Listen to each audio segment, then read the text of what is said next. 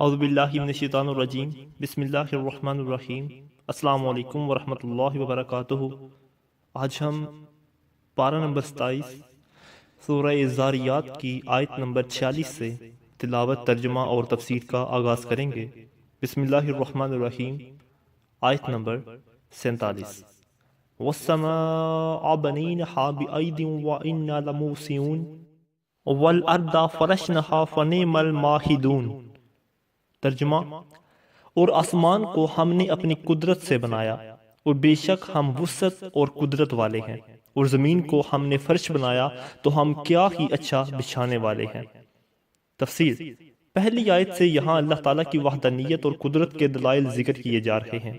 اور اس آیت کی ایک تفسیر یہ ہے کہ ہم نے آسمان کو اپنے دستے قدرت سے بنایا اور بے شک ہم اسے اتنی وسعت دینے والے ہیں کہ زمین اپنی فضا کے ساتھ اس کے اندر اس طرح آ جائے جیسے کہ ایک وسیع و عریض میدان میں گیند پڑی ہو۔ دوسری تفسیر یہ ہے کہ ہم نے آسمان کو اپنے دستے قدرت سے بنایا اور بے شک ہم اپنی مخلوق پر رزق وسیع کرنے والے ہیں۔ دوسری آیت کا خلاصہ یہ ہے کہ اللہ تعالیٰ نے زمین کو فرش بنایا کہ زمین اس قدر وسیع ہے کہ گول ہونے کے باوجود فرش کی طرح بچھی ہوئی معلوم ہوتی ہے، نیز نہ تو لوہے کی طرح سخت ہے کہ اس پر چلنا پھرنا دشوار ہو جائے، اور نہ پانی کی طرح پتلی کہ مخلوق اس میں ڈوب جائے۔ یہ رب تعالیٰ کی قدرت کی بڑی دلیل ہے۔ آیت نمبر 49۔ وَمِن كُلِّ ذَكَرٍ خَلَقْنَا زَوْجَيْنِ لَعَلَّكُمْ تَذَكَّرُونَ۔ ترجمہ: اور ہم نے ہر چیز کی دو قسمیں بنائیں تاکہ تم نصیحت حاصل کرو۔ تفسیر: ارشاد فرمایا کہ ہم نے ہر چیز کی دو قسمیں بنائیں، جیسے آسمان اور زمین، سورج اور چاند، رات اور دن، خشکی اور تری، گرمی اور سردی، جن اور انسان، روشنی اور اندھیرا، ایمان اور کفر،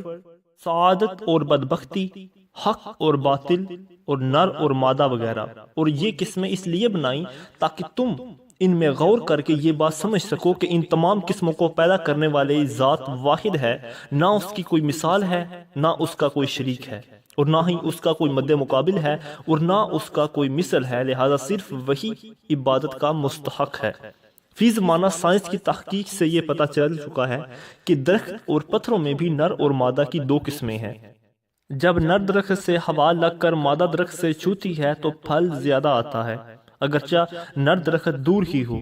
ان چیزوں کی بھی نسل ہے، مگر نسل کا طریقہ جدا گانا ہے۔ آیت نمبر 50 اور 51۔ فَفِرُّوا إِلَى اللَّهِ إِنِّي لَكُم مِّنْهُ نَذِيرٌ مُّبِينٌ وَلَا تَجْعَلُوا مَعَ اللَّهِ إِلَٰهًا آخَرَ إِنِّي لَكُم مِّنْهُ نَذِيرٌ مُّبِينٌ۔ ترجمہ: تو اللہ کی طرف بھاگو، بے شک میں اس کی طرف سے تمہارے لیے کھلم کھلا ڈر سنانے والا ہوں،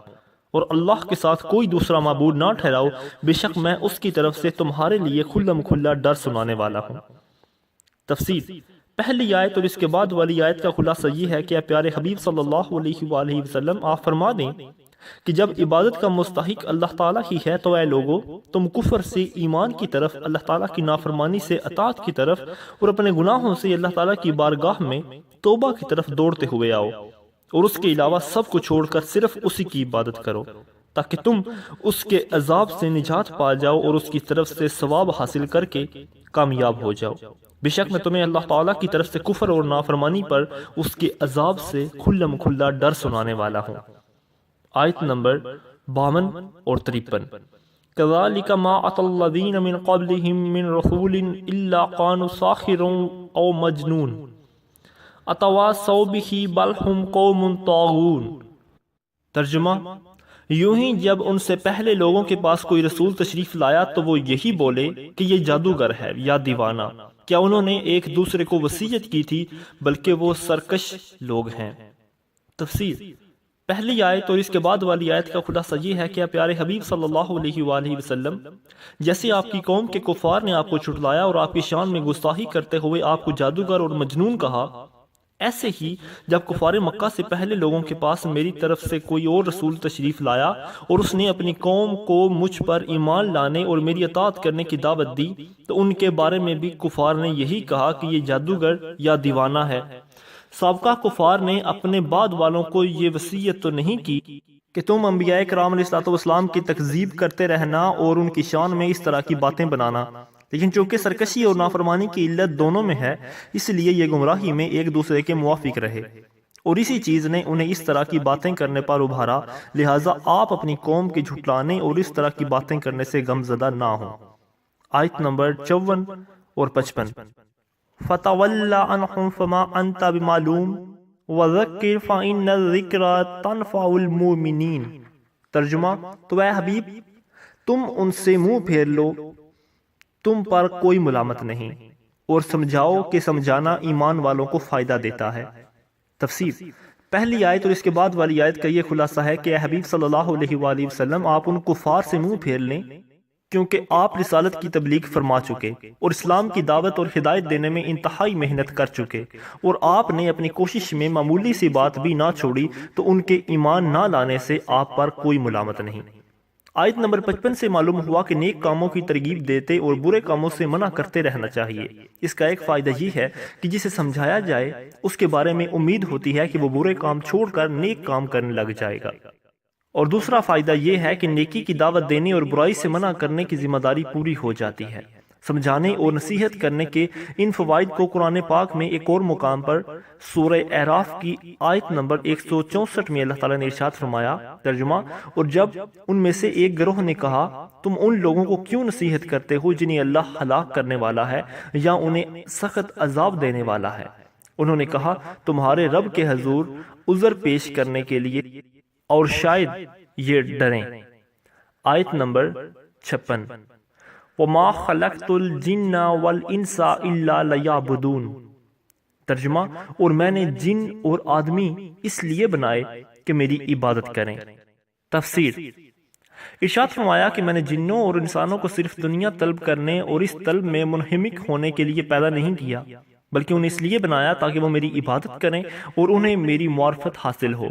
اس آیت سے معلوم ہوا کہ انسانوں اور جنوں کو بیکار پیدا نہیں کیا گیا، بلکہ ان کی پیدائش کا اصل مقصد یہ ہے کہ وہ اللہ تعالیٰ کی عبادت کریں، اور ایک اور مقام پر اللہ تعالیٰ نے ارشاد فرمایا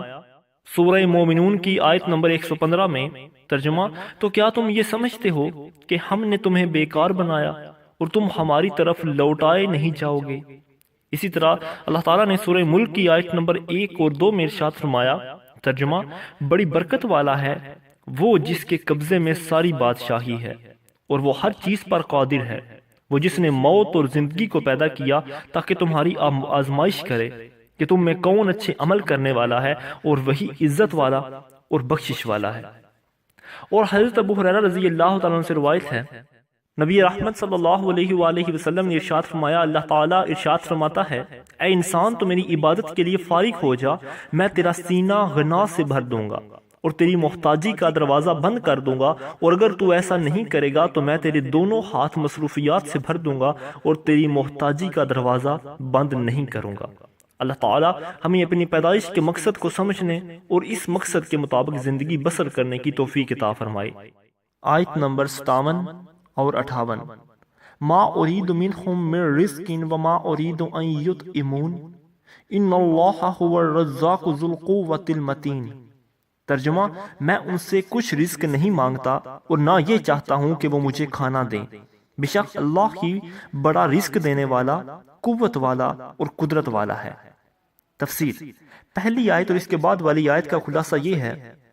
کہ اللہ تعالیٰ کی اپنے بندوں کے ساتھ عادت کریمہ ایسی نہیں ہے جیسی بندوں کی اپنے غلاموں اور نوکروں کے ساتھ ہے، کیونکہ بندے اپنے پاس غلام اور نوکر اس لیے رکھتے ہیں تاکہ وہ معاشی معاملات میں ان کی مدد کریں، جبکہ اللہ تعالیٰ کی شان یہ ہے کہ وہ رزق یا کسی بھی معاملے میں بندوں کا محتاج نہیں، بلکہ ہر ایک کو رزق دینے والا اللہ تعالیٰ ہے اور سب کی روزی کا کفیل بھی وہی ہے، اور نہ ہی اللہ تعالیٰ بندوں سے یہ چاہتا ہے کہ وہ اس کی مخلوق کے لیے کھانا دیں۔ بے شک اللہ تعالیٰ ہی بڑا رزق دینے والا ہے،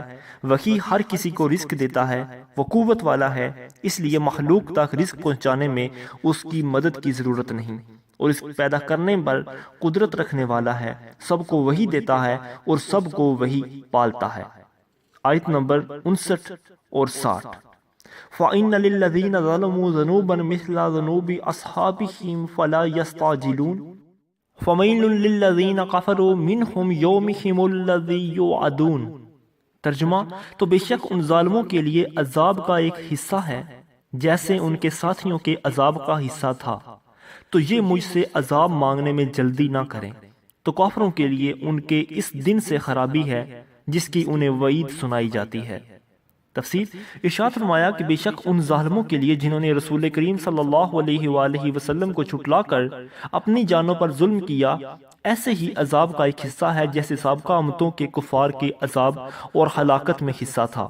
جو کہ انبیاء کرام علیہ السلام کو جھٹلانے میں ان کے ساتھی تھے۔ لہٰذا اگر میں ان سے قیامت تک کے لیے عذاب مؤخر کر دیتا تو انہیں چاہیے کہ مجھ سے عذاب نازل کرنے کی جلدی نہ کریں۔ اعوذ باللہ من الشیطان الرجیم، بسم اللہ الرحمن الرحیم۔ السلام علیکم۔